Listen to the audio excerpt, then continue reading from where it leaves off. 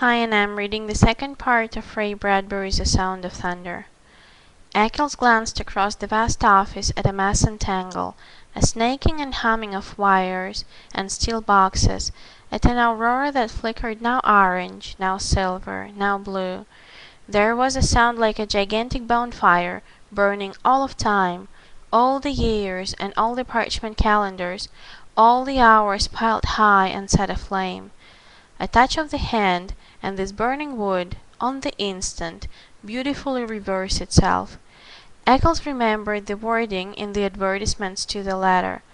Out of cherries and ashes, out of dust and coals, like golden salamanders, the old years, the green years might leap.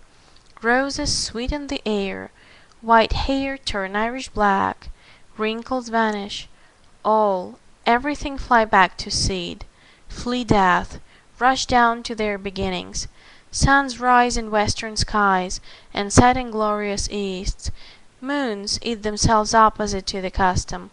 All and everything cupping one in another, like Chinese boxes, rabbits into heads.